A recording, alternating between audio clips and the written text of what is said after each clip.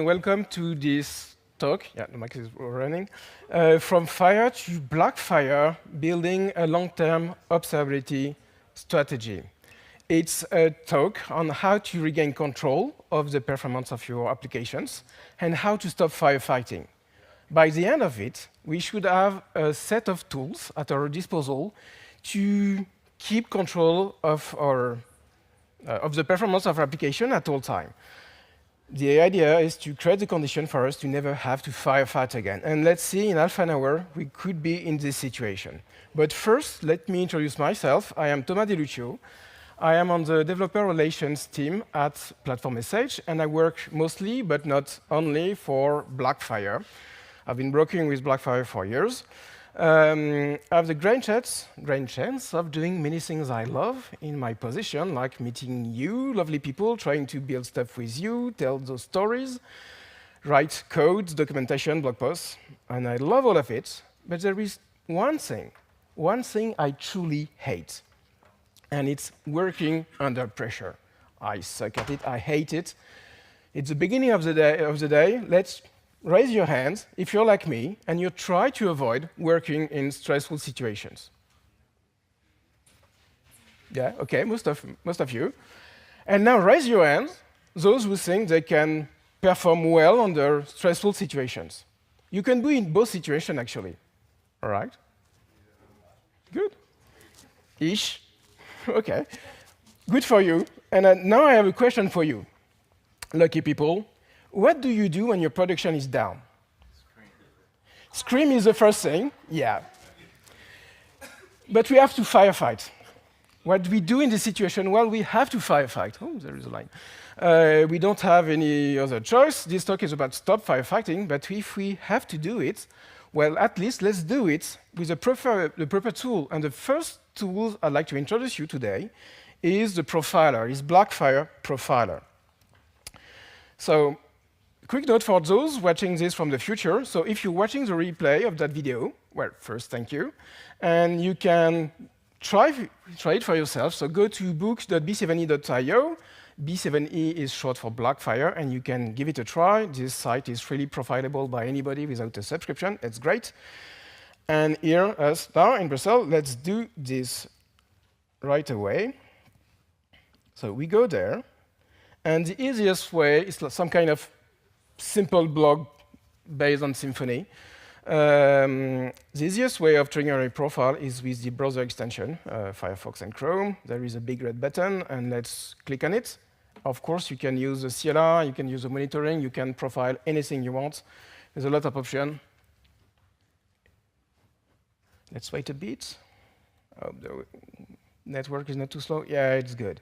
So we made our first profile. Let's click on the timeline view. Let me hide this. It may be a bit small, but I will zoom at the end. Well, it's a timeline. So you see the execution of your script command from the beginning there on the left to the end on the right. And one box is one function call. And top to bottom, you have the caller-callee relationship. So that function is calling that one, that one, that one. So that can go quite deep, depending on the complexity of your application. And the blue wave in the background is the memory envelope. So you see the evolution of memory over time. So you can see visually if you have some kind of memory leak with a sharp increase of the blue wave. That's super convenient. Let me display this. On that side, zoom, you have all the related metrics to your function. So you have a lot of metrics. There is over like 600 metrics available, and only the ones relevant to your runtime framework configuration will be displayed.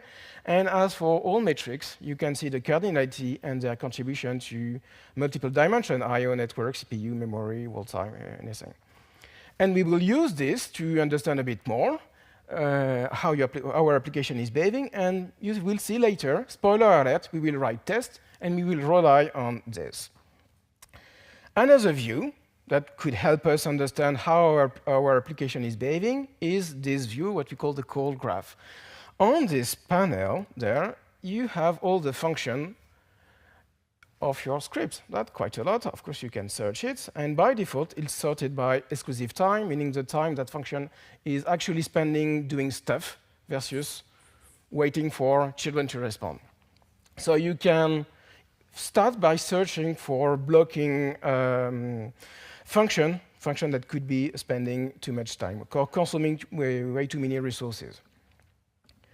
Now let's see this weird tree. So that's a call graph. And again, one box is usually one function call, and on some occasion, like there, you have less impactful functions that are stuck together.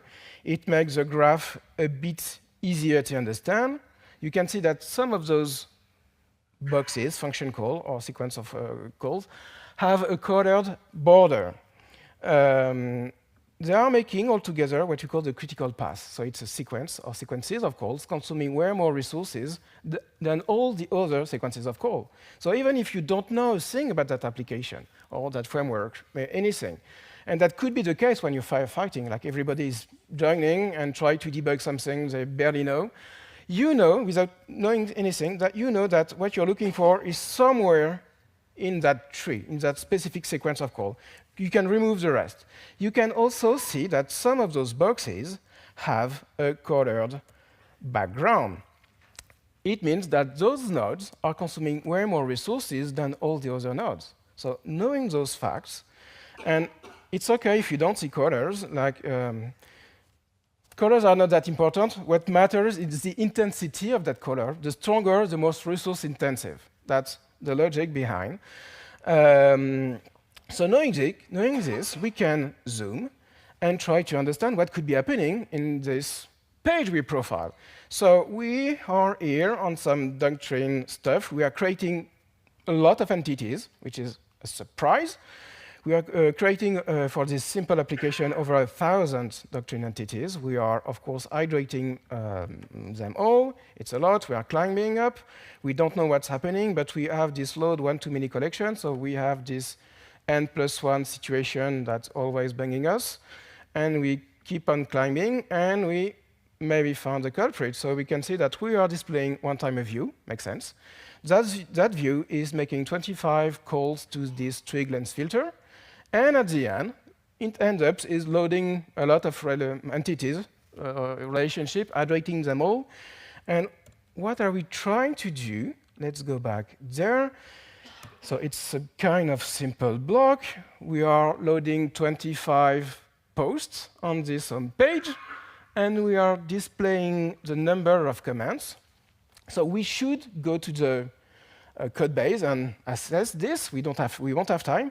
But what I think is happening, that we are fetching all the entities only to count them at the end, which is not the best, most efficient way of working. So even in a few minutes, with an application we barely know, and a tool we start discovering, we manage to find a bug there. That's a very powerful tool. And you have more, well, first, no, you have more call graph at your disposal. There is one for the wall time, if you want the response time, the overall response time. And you have also some others for the contribution to I/O, CPU, memory, network. Each time you have a different tree, different call graph, and you will use one or the other depending on what you want to debug, and they will provide you with actionable insight on where to look for, what function or service call to investigate to debug your application. And don't worry, again, if you don't see colors, colors are different, but the logic remains the same with the colored background and border. It's all what matters. We also have a list of recommendations. That's great. So let me zoom a bit. Not convenient.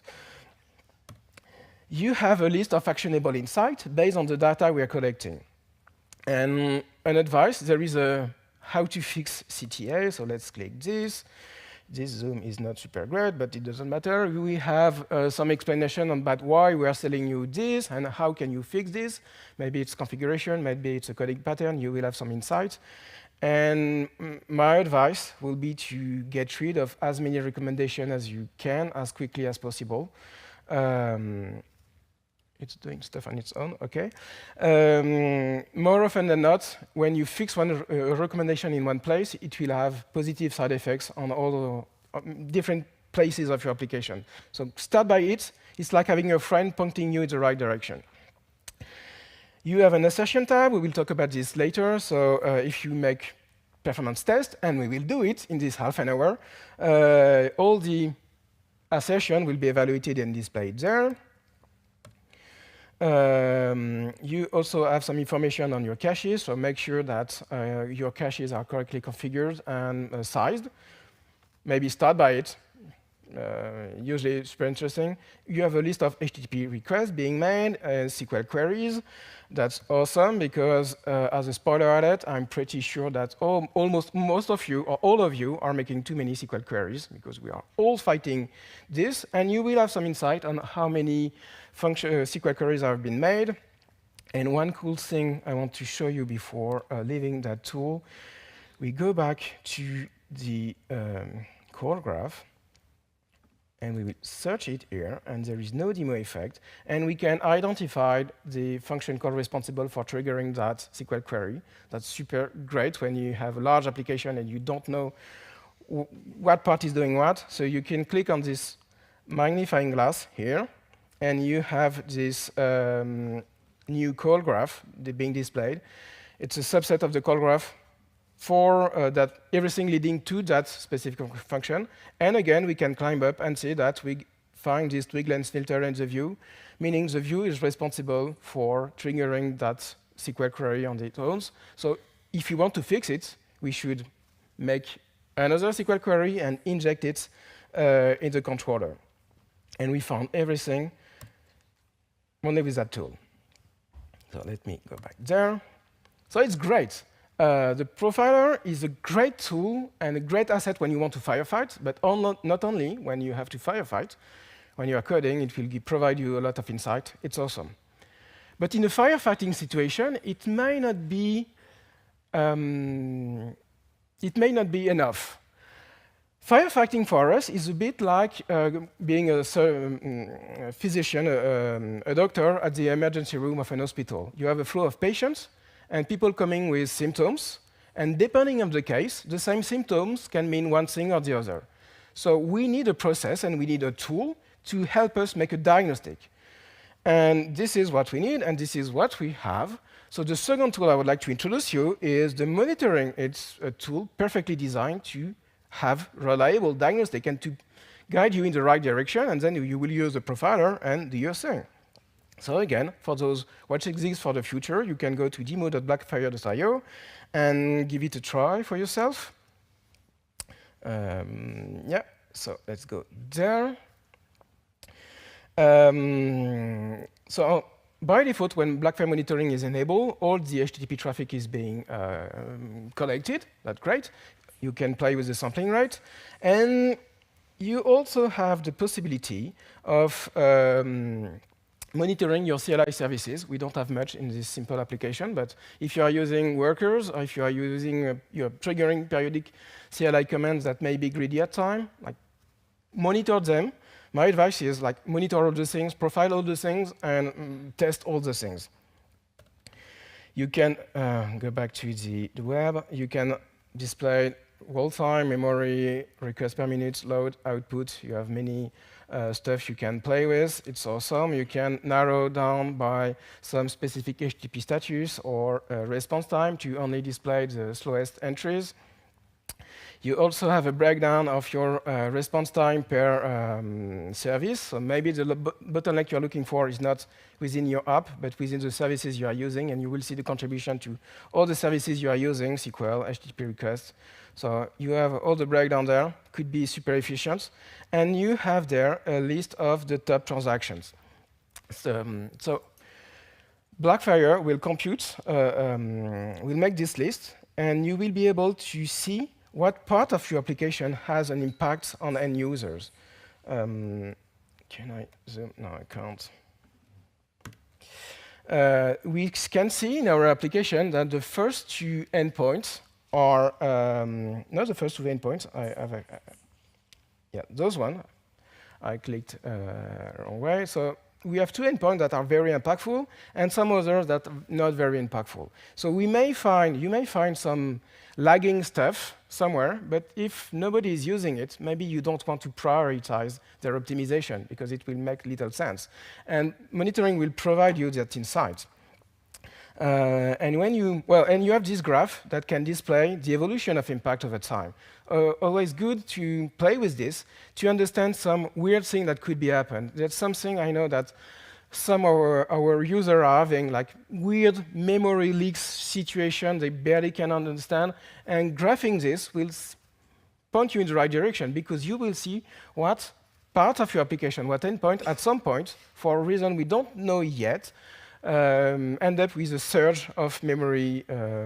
So play with this, and you will find what you're looking for. And when you found something, you can click on it, have the monitoring dashboard for that request. That's awesome. And now you have a list of spans, meaning individual service calls that are contributing to this response time.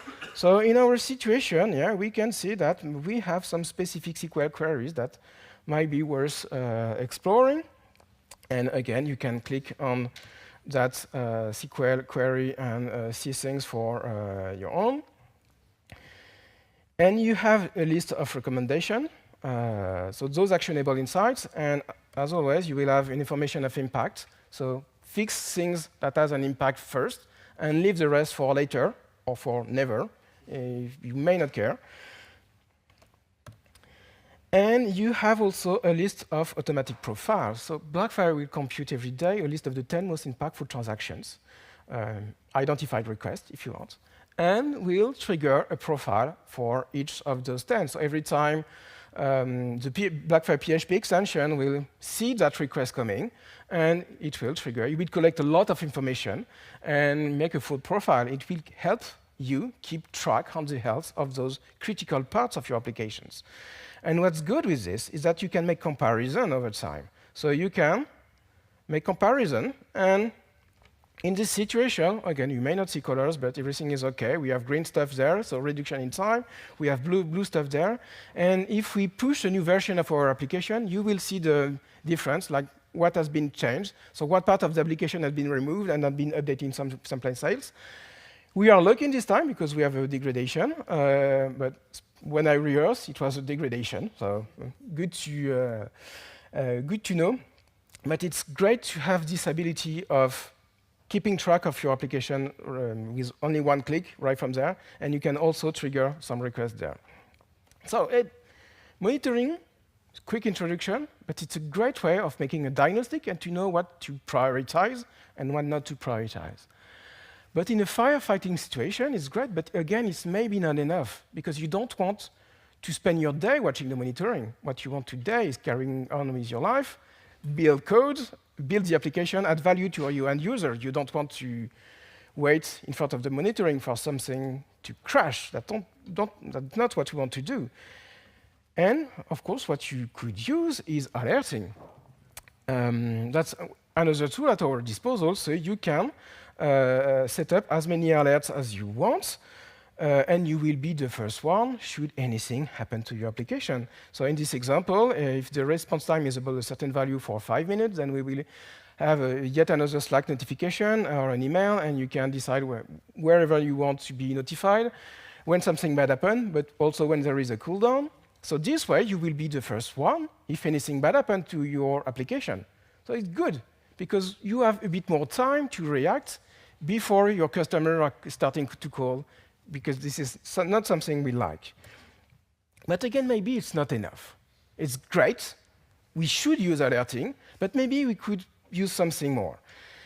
There is one extra tool, which is called the health report. So the health report is a bill of health of your application based on the data of the last 7 days by default.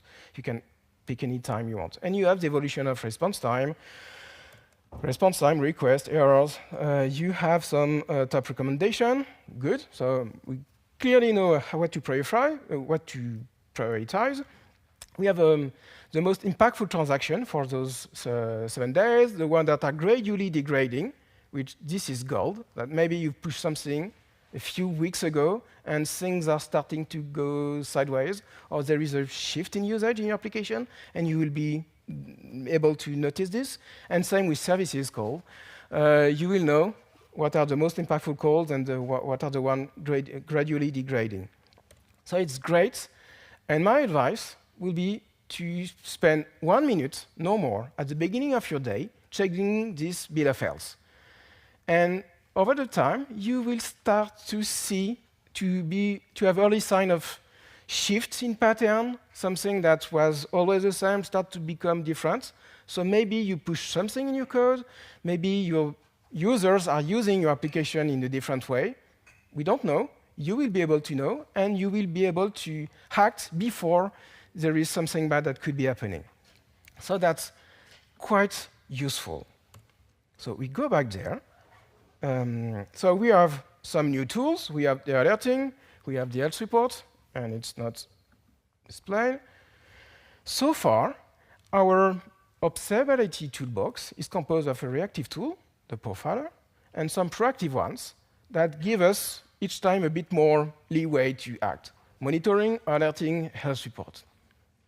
But again, maybe it's not enough. I don't think it's enough for us to say, we will stop firefighting. What we want is to enforce performance and stability. We want to know the consequences of the changes we are making. We want to assess, to have early signs of what could be happening if we push that to production. And what we want is performance test. Well, I don't know what we want, but we need, so we have to do it. And I know that all of you are doing tests every time they make a pull request. So that's great for that. I do too, of course.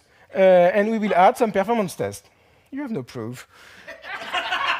So what I love with Blackfire test is they're YAML-based. So with very simple, lightweight YAML files, snippets, you will be starting to create a bulletproof vest for the performance of your application. In this example, for all category pages, it's regular expression, obviously. We expect a wall time below 100 milliseconds. We expect to make 5 or less SQL queries, and we expect to create less than 50 entities.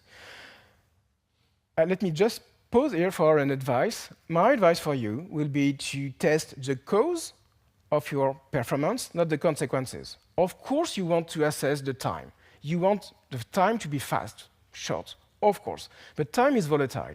So what you should use as a reliable test is to assess the cause, why your application is fast. Your application is fast because you are not making too many SQL queries. You're not creating too many entities and computing chain set like hell. You are not going within that very greedy function. You are not doing some specific stuff. Test the cause, not the consequences, and you will have reliable tests. Of course, you can test all the things. Blackfire, do everything, all the things. In this example, we are testing CLI commands. And we, again, are assessing query counts and entity creation. And also, we are using, at the bottom of the screen, I don't know if you can see it, but we want to see if this user activity calculation has a new count. We want this not to be seen, because you can create metrics as well. Blackfire provides like 600 metrics. It's a lot. But maybe the most efficient one will be the one that you will create yourself based on your application logic. And this is, in this very simple example, that's the tip of the iceberg of what we can do for this. Every time we are calling this count recent comments for user of this helper class, we are counting that metric. And we are counting its contribution to all the available dimensions.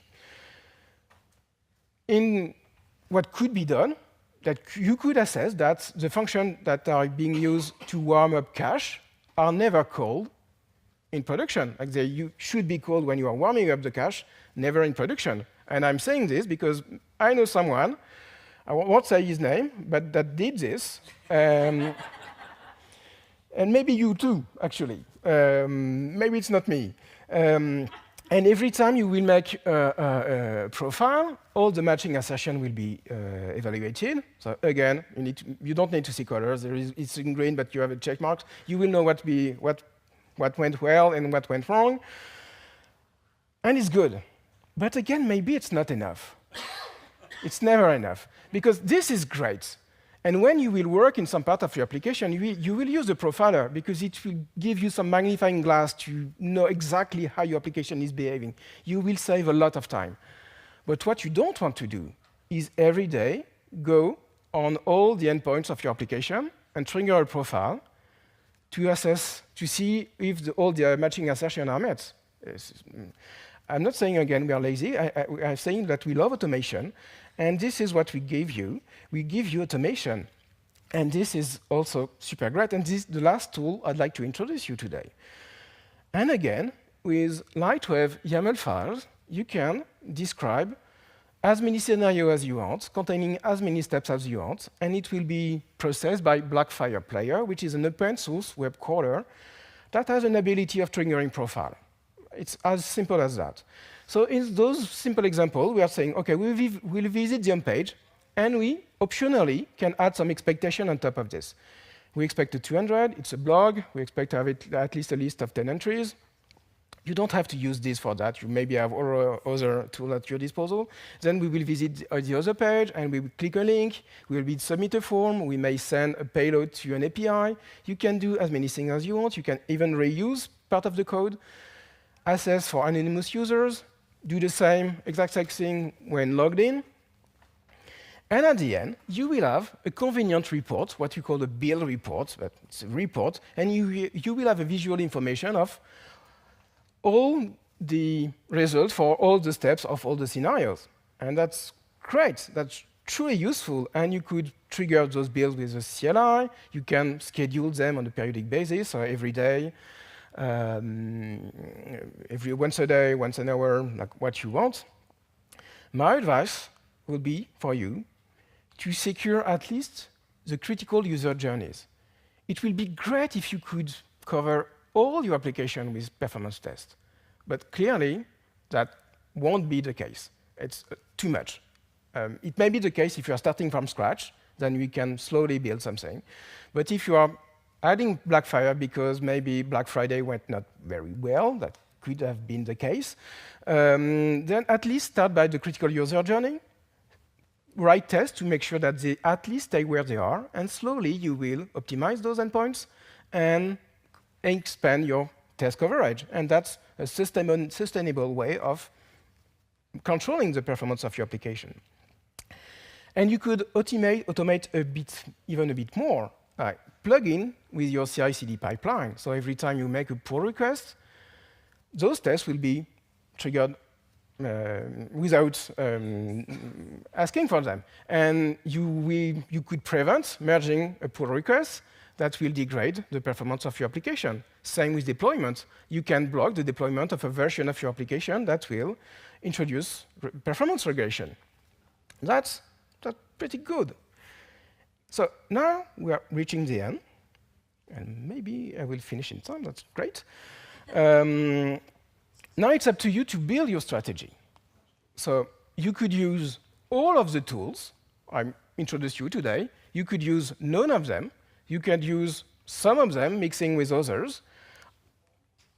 Fine with me. Performance is a feature, and you are the one that should be designing that feature. So try to see what tools you could use and how you will smoothly integrate them in your development and deployment workflow. Of course, we came with an advice, but it's up to you. Use monitoring to know when and where something could happen, and make diagnostic and prioritization. Then use the profiler to understand why your application is behaving that way there. Fix the issue. Make profile comparison to assess side effects. Write tests. Automate. Repeat. And you will have a nice process. Of course, you could use Blackfire on all environments: local, dev, staging, pull requests, production.